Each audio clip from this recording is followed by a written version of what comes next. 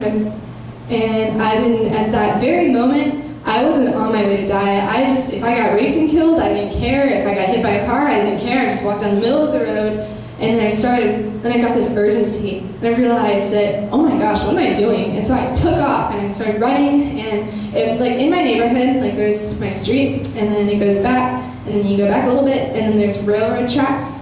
And so I was like, I'll get hit by a train. And that was like the feeling, and that was just a thought in my head. I was like, I'll get hit by a train.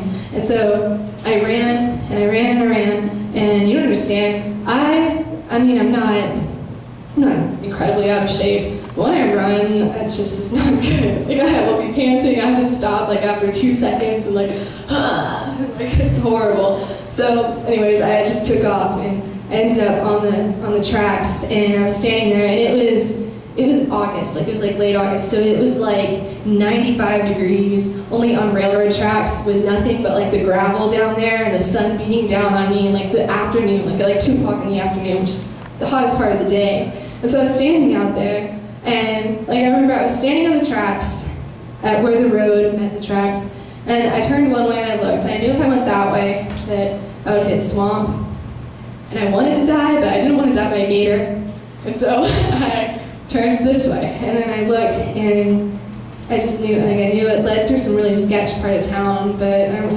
really know Pulaski that well. So I just started walking, and I was walking on these tracks, and I started walking slower, and then I turned around and I realized that if my mom came driving down that road, she would see me. And so I like hauled all the way to the end where it turned, and I went around the corner, and it was a really long ways, and then like I got around the corner, I turned around, and I knew that no one would see me, and so I started walking and walking and walking.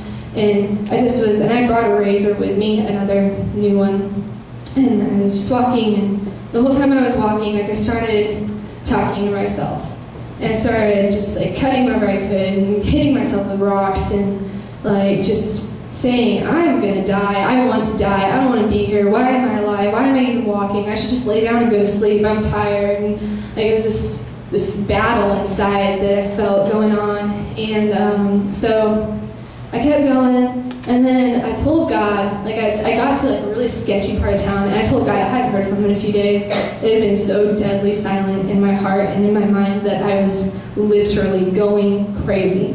Because I don't know if you've never been in contact with God, if you've, obviously you have kind of, if you haven't been saved, but like I've been saved my whole life, I had a relationship, cut it off completely, and I hadn't heard from him in days, and literally the silence and the heaviness drove me insane. It drove me to longing to be dead.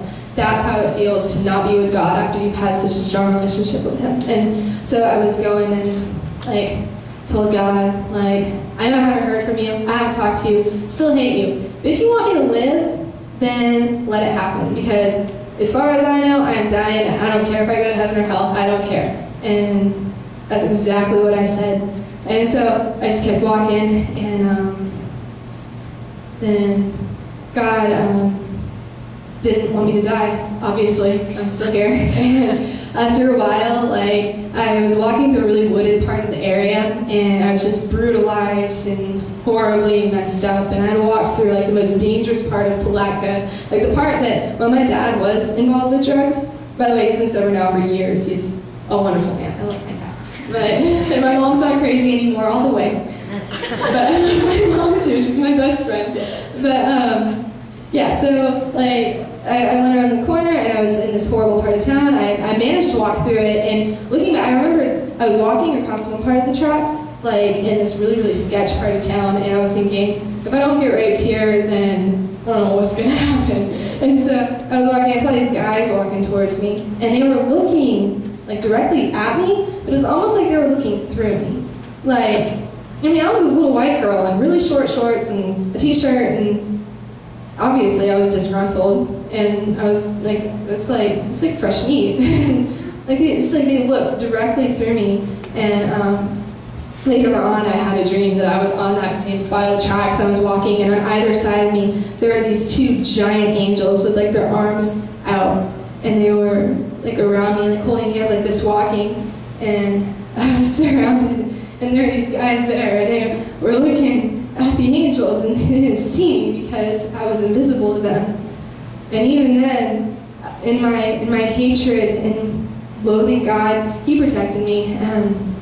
Anyways, I ended up getting Baker acted, like down the tracks. Police met me and picked me up and carried me to the police station. And they came, they picked me up, and they took me to a mental institution. And I was Baker acted. I stayed there for only 24 hours. The nurses loved me. I was normal. It was like as I got there and something snapped, I realized. And I just and that was the moment when I was in Meridian, was what it was called, the acute care center or whatever. And I got there and I looked around, and I was rooming with a girl who believed in ghosts and wouldn't let me turn out the light and go to sleep because the ghosts would come get her at night. I was like, woman, there are no ghosts in this room. I'm tired. I've been walking all day. I'm turning off the light. And she got really mad, turned the light back on, and I was scared. So I went to sleep with the light on. But that was in my bed that morning, or that night. I woke up the next morning, and they make you do some tests there. And so I was just doing stuff, and I realized where I was, and I was in this place surrounded by broken people. And I was like, and for the first time, I actually talked to God with a warmer heart. I wasn't hating him. I was slowly starting to realize I loved him. And I remember I looked, and I was like, all these people are struggling. They don't know you, and I know you. So what am I doing here? And that was the breaking point that brought me back to being okay. I went through therapy, and it was like this rebuild for a while. Like when I was 16, it was all about I was kind of in a dead spot, and I didn't really have anywhere to go, and I didn't have I couldn't hide from God, and I had no reason to hide from God. He delivered me, and I was just kind of in this still, then now here I am. I have the privilege to lead worship for God, and you don't understand, because I have the privilege to stand there and be like, God, I know I've said I've hated you, but I love you now so overwhelmingly, and I know he looks at me and he feels the same way. But I don't know, it's just this whole thing, going from point A, where I was almost aborted, where Satan was trying to knock me out, going all the way to the end, going through all this junk, just dealing with the stuff that the devil kept throwing at me, feeling insecure and feeling not worth anything. And those little tiny things get in your life, and they start to seed, and they start to grow. And at first you're thinking, this is no big deal. Why do I feel like this? Why do I hate my life so much? I shouldn't. This is dumb. And then you start getting into it, and it starts growing and festering and getting bigger and bigger until you hate the one thing that you think put it there. And I want to tell you that God does not put you through anything you are not equipped to go through. I was equipped to try to die and try to commit suicide. I tried to commit suicide 3 times, but none of them were really, it was kind of iffy. But that last time, I wanted to die. I wanted out. And I'm here to tell you that God knew that I was going to go through that. And he made me strong enough, and he made my heart longing enough for him. And he built this relationship with me over time that he knew that I wouldn't be able to get to the end and be like, all right, well, here I am. I'm going to go to hell now. He knew that I desired deep down to be in complete contact with him and to be immersed in his glory and his undying mercy and his favor.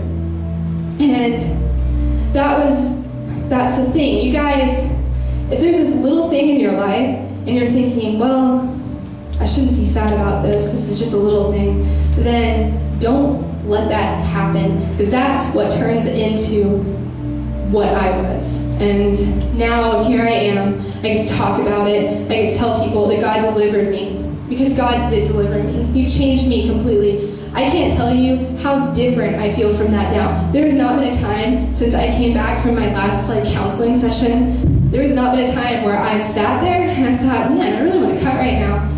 There is not. God's completely delivered me of that. He's wiped it clean. And he can do that. And I don't know, I just don't want you guys to belittle what you're going through. If you're going through anything that's really just kind of small and whatever, maybe you just broke up with someone and you're thinking, this should not affect me, it's just a guy or it's just a girl, that's dangerous stuff. You need to just surrender it. You need to give it up before it starts to grow little roots, and before your little temple falls down, because my temple was in ruins. And what God promised is that the temple